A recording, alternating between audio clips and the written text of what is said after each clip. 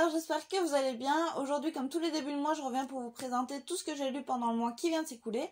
Et je suis assez contente parce que par rapport au mois de mai, donc au mois précédent, j'ai quand même un peu plus. Alors le contraire aurait été triste parce qu'au mois de mai, j'avais juste rien. Comme à chaque fois, je vous ai fait une liste de tout ce que j'ai lu pendant le mois ici en vidéo, mais si vous voulez plus de détails sur chacun des livres, vous pouvez aller voir sur le blog du Cercle des Libraires Disparus, dont je vous mets le lien en barre d'infos comme d'habitude. Aujourd'hui, on va donc parler de Marlène d'Annie Munzer, qui a été publiée aux éditions L'Archipel. Ensuite, on va parler de Lettres d'amour sans le dire d'Amanda Sters, publiée aux éditions Grasset, que je n'ai pas ici malheureusement parce que je l'avais emprunté à la librairie. Ensuite, on va partir vers de la BD avec Cœur Noisette de Cathy Cassidy, publiée aux éditions Miss Jungle, que je n'ai encore une fois pas, parce que je l'ai encore emprunté à la librairie. Et je vais ensuite vous embarquer dans Les Cœurs Imparfaits de Gaël Pingot, publié aux éditions Erol. On va commencer avec Marlène, donc je vous avais parlé du premier tome Au nom de ma mère en avril je pense, et là comme son nom l'indique, on va retrouver Marlène, une jeune femme qui s'était liée d'amitié avec Déborah et qui rentre dans la résistance. Si on commence la Seconde Guerre mondiale avec Déborah dans le premier tome, on va la terminer avec Marlène puisqu'on va parler de plus ou moins la moitié de la guerre 39-45 jusqu'au présent, donc en fait toute la carrière d'actrice que Marlène va faire après la guerre sous un nom d'emprunt, mais je dois vous avouer que je ne me souviens plus de son nom d'emprunt, mais c'est pas très grave. On va juste parler de la moitié de la Seconde Guerre jusqu'au présent où Marlène raconte son histoire. Comme pour le premier, j'ai eu un amour inconditionnel pour l'écriture d'Annie Munzer, ou en tout cas la traduction, que j'ai trouvé juste fascinante et belle et poétique et tout ce que vous voulez. J'avais mon carnet de citations à côté de moi et j'ai dû retenir une quinzaine de passages tellement je trouvais l'écriture magnifique. Ça m'a aussi fait plaisir de découvrir le personnage de Marlène autrement et d'en savoir un petit peu plus sur elle, sur son passé et surtout sur ce qu'elle devient après la fin du tome 1 parce qu'on la laisse vraiment dans un état de gros dilemme et d'hésitation. Enfin, j'étais assez curieuse de savoir comment elle s'en sortait après. En parlant de fin, mais alors la fin de ce tome 2, je m'y attendais vraiment pas. Je pense que personne ne peut s'y attendre, ou en tout cas très peu de personnes, tellement c'est what the fuck. Ça m'arrive pas souvent, mais j'ai eu ce genre de réaction où tu sais, t'es tout seul devant ton bouquin, et puis t'as un mouvement de surprise, et tu mets ta main devant ta bouche tellement t'es surprise, et puis tu gardes ta main au moins 3 chapitres tellement c'est incroyable. J'ai pas trop envie de vous expliquer ce qui lui arrive à cette Marlène, juste lisez-le, découvrez le personnage parce que ça en vaut franchement la peine. Et puis ce qu'elle a vécu, ça se raconte pas, ça se vit à travers les mots tout simplement. On va ensuite un peu quitter les pays germanophones pour aller en France et plus précisément à Paris avec Lettres d'amour sans le dire d'Amanda Sters. Ici, on va faire la rencontre d'Alice, 48 ans, qui est une femme qui a un rapport un peu particulier à son corps, c'est-à-dire qu'elle part du principe que son corps est juste une enveloppe charnelle, simplement, qui lui permet de faire d'autres choses sur Terre. Et on va vite s'en rendre compte qu'elle a cette vision de son corps par rapport à ce qu'on lui a fait vivre. Elle, mais je dois dire surtout les autres, n'ont pas forcément pris soin de son corps tout au long de sa vie. Et un jour, elle va aller dans un salon de thé, elle va se retrouver en haut du salon de thé où il y a un salon de massage, et c'est un masseur japonais qui va la prendre en charge, on va dire, entre guillemets. Et là, ça va être la révolution de sa vie, elle va ressentir des choses qu'elle n'a jamais ressenties, et elle va avoir vraiment une vision totalement différente d'elle et de son corps. C'est là la beauté de l'écriture d'Amanda Sters, et on comprend aussi le titre du livre à ce moment-là, c'est que donc Alice va écrire une longue lettre à ce masseur japonais en lui expliquant ce qu'elle a ressenti, ce qui l'a réveillé en elle lors des séances de massage, comment elle se sentait, ce qu'elle ressent. Mais vraiment, c'est une lecture très sensorielle et on se concentre presque uniquement sur ce qu'Alice ressent, ce qu'Alice voit, ce qu'Alice touche.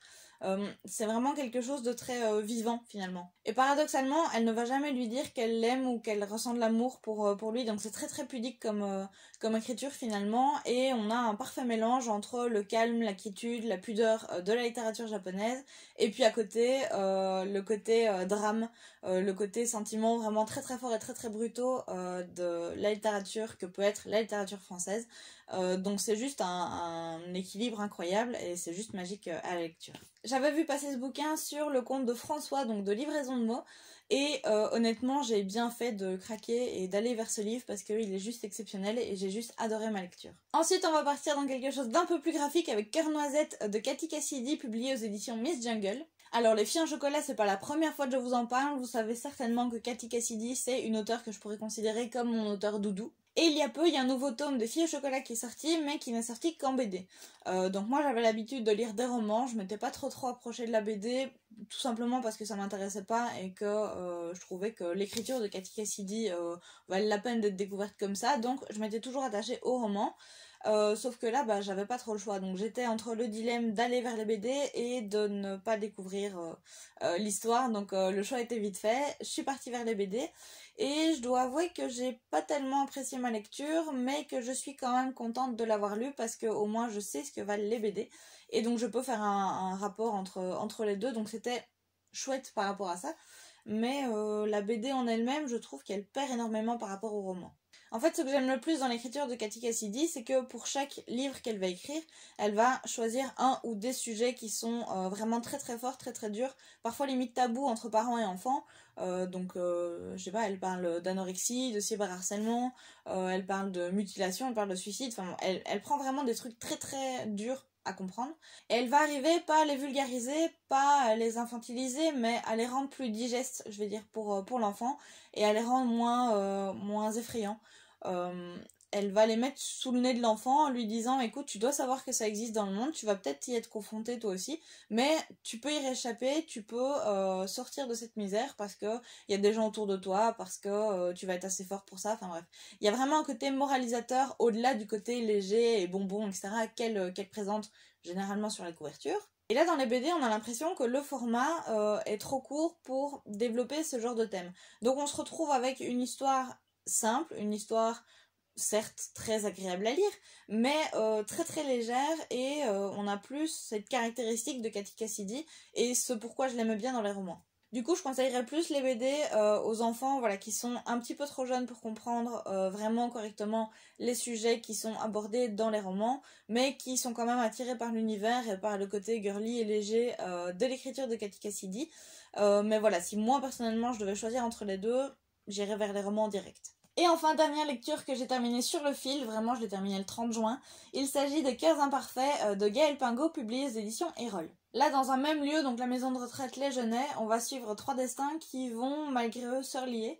Donc on a d'abord Barbara, c'est une quarantenaire qui a une relation pourrie avec sa mère, qui ne la voyait plus depuis ses 18 ans et qui vient d'apprendre qu'elle était placée en EHPAD. Après plusieurs discussions, Barbara va apprendre que sa mère, Rose, est en fait bipolaire, ce qui expliquerait les crises d'angoisse, les crises de colère, la haine, etc. qu'il pouvait y avoir à la maison.